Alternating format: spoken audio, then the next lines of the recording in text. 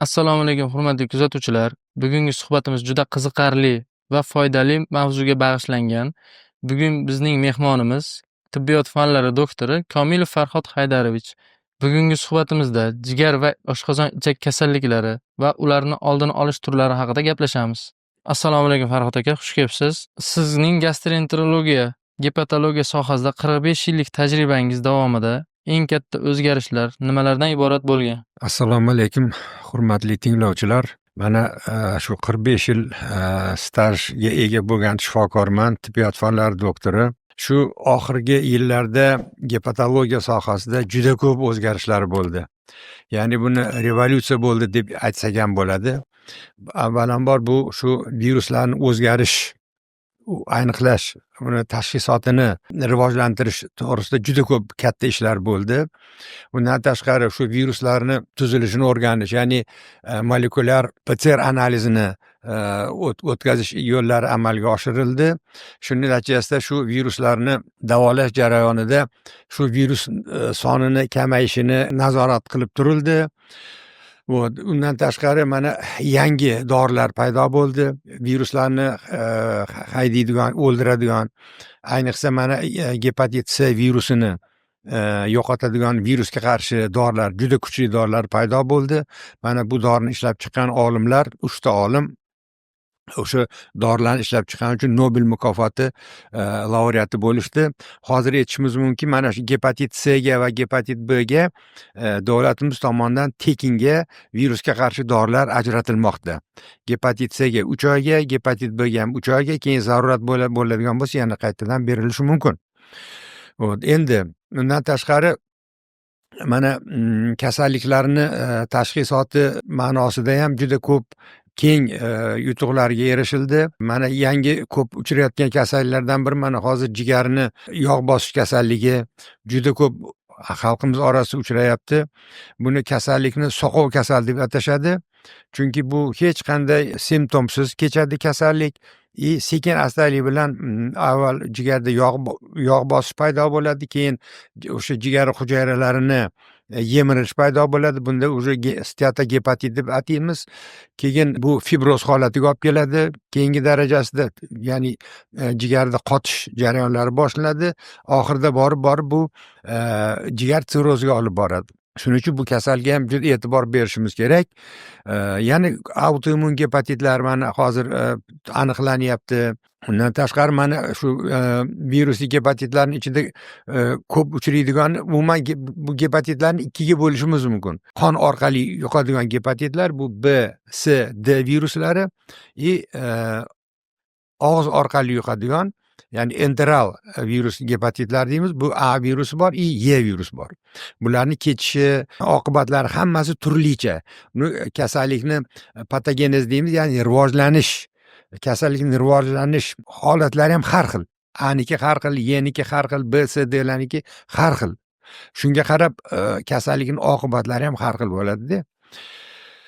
Endi mana alkogol gepatiti yana hozir degan kasallik bor. Jigarning alkogol kasalligi deb ataladi. Alkogolniy bolezn pecheni. Bu albatta aroni spirtli ichimliklarni ko'proq ichganlarda rivojlanadi. Bu ham sekin astalik bilan jigarni sirroz holatiga olib borishi mumkin. Undan tashqari autoimmun gepatit degan gepatitlarimiz bor. Qachonki bunda odamni jigari o'ziga yot bo'lib qoladi.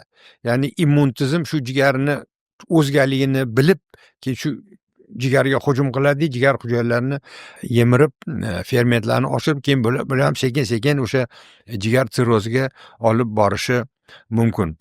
Hozir davolash masalasiga keladigan bo'lsak, shu gepatit B ni davosi bor. Endi albatta buni 100% to'liq o'ldira olmasa ham, lekin virusning miqdorini ancha kamaytiradi. Shuning natijasida kasallikni ketishi, prognozi, ya'ni kasallikni surunkaliga o'tishi, surunkalikni sirrozga o'tishi, sirrozni jigar rakiga o'tishi kabi og'ir asoratlarni sekinlashtiradi, kamaytiradi yoki yo'qotadi. Shuning uchun mana hozir juda ko'p shu virusga qarshi dorilarga e'tibor berilyapti. Undan tashqari oddiy o'zimizda ishlatadigan gepatoprotektor dorilar bor, o't haydovchi dorilar bor. Bularning ham albatta roli juda ham katta. Endi agar jigar kasalliklarini hammasini 100% deb oladigan bo'lsak, 100% deb oladigan bo'lsak, shuni 70-80%ni virusli gepatitlar tashkil etadi. Ya'ni viruslar chaqirgan gepatitlar tashkil etadi. Qolgan 20-30%ni boshqa sabablar. Bularni mana boshda aytib o'tdik. Boshqa sabablarga o'sha alkogol chaqiruvchi gepatit, autoimmun gepatit, jigarni yog' bosish kasalligi, o'sha birlamchi biliar xolangit degan kasallik bor yoki eski nomi buni birlamchi biliar sirroz deb ataladi. Bular o'sha 20-30% tashkil qiladi. Lekin 70-80%ni viruslar tashkil qiladi. Virusiy gepatitlar. Endi bizda respublikamizda oladigan bo'lsak, 70-90-yillar orasida bu gepatitlarning hammasi juda keng tarqalib ketdi. Juda keng tarqalib ketdi. Buni sabablari juda ko'p. O'sha paytdagi bir marta ishlatadigan shprits yoki kapelnitsalarni yo'qligi 90-yilgacha bo'lmagan. 90-yillar yaqinda kelgan, yaqin qolganda. Bu ko'p bo'lmagan, yetarli bo'lmagan. Shuning natijasida tarqalishi kasallikni ko'p bo'lgan. O'sha ko'p ishlatiladigan shpritslar orqali, kapelnitsalar orqali, skarifikatorlar, boshqa narsalar orqali keng tarqalib ketgan. Undan tashqari o'sha paytda vaksinatsiya bo'lmagan respublikamizda.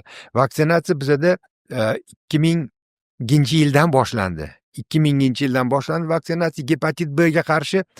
Hozirgi paytda mana 2000-yildan keyin tug'ilgan bolalar o'rtasida gepatit B juda kazuistik holatda, ya'ni ba'zan unda uchrab qolmasa, hozir o'sha yoshdagi bolalarda bu gepatit uchrayotgani yo'q. Bu vaksinatsiyaning yutug'i deb o'ylaymiz. Endi 2000-yildan avval oldin tug'ilganlarda gepatit B uchrab turibdi, chunki ularda immunitet bo'lmagan, ularda kurash unaqa bo'lmaganda, immunitet bo'lmagan. Undan tashqari, o'sha paytlarda 70-90-yillarda bu gepatitlarni aniqlash uchun ishlatiladigan usullar juda ham eski usullar bo'lgan. Eski usullar bo'lib, ular o'sha masalan donorlarni masalan qonida virusi bo'lsa, uni aniqlay olmaganda, faqat mana 100 ta kasaldan masalan 100 ta gepatiti bor donordan tekshirganda, o'sha eski usullar bilan tekshirganda 100 ta donordan faqatgina maksimal bir 50 ta 60 tasi virus aniqlangan. Qolgan 40 ta 50 tasida virusi yo'q deb beravergan o'sha usullar. Shunday natijasida donorlar qon topshiravergan. Ularni qoni quyilgan bemorlarga plazmasi quyilgan, boshqa narsa quyilgan. Shunday natijasida keng tarqalib ketgan. Undan tashqari mana o'sha shifokorlarimiz o'rtasida ham ozgina tushunmovsizliklar bo'lgan. Chunki kerak bo'lsa bo'lmasa bemorga qon quyish, plazma quyish, boshqa qon preparatlarini quyish kabi usullar ko'p ishlatilavergan. Masalan, gepatit A bilan og'rigan bemorga bu gepatit A o'zi tuzalib ketadigan kasallik. Shunga qaramasdan bemorga plazma ham quyilgan, anaqa qon quyilgan o'z paytida. Shuning natijasida gepatitimiz juda ko'payib ketgan. Ayniqsa shu qon orqali yuquvchi o'sha parenteral gepatitlar, ya'ni B, C, D viruslar juda ko'p tarqalib ketgan. Hozir mana shuni endi natijasini ko'ryapmiz. Ya'ni hozirgi paytda o'sha paytda kasal bo'lganlar, o'sha paytda ya'ni 90-2000-yilgacha kasal bo'lganlar, hozir ular surunkali gepatit holatiga o'tib, hozir surunkali gepatit hamda jigar sirrozi darajasi yetib kelgan, hozir shular davolanib yuribdi. Yana bir narsa aytishimiz kerak. Mana gepatitlarni ketishida o'zini fazalari bor-da. O'tkir faza deyiladi birinchisi. O'tkir fazadan keyin surunkali faza, keyin fibroz, undan keyin sirroz. Mana hozirgi paytda mana shu sirroz holati ko'p uchrayapti.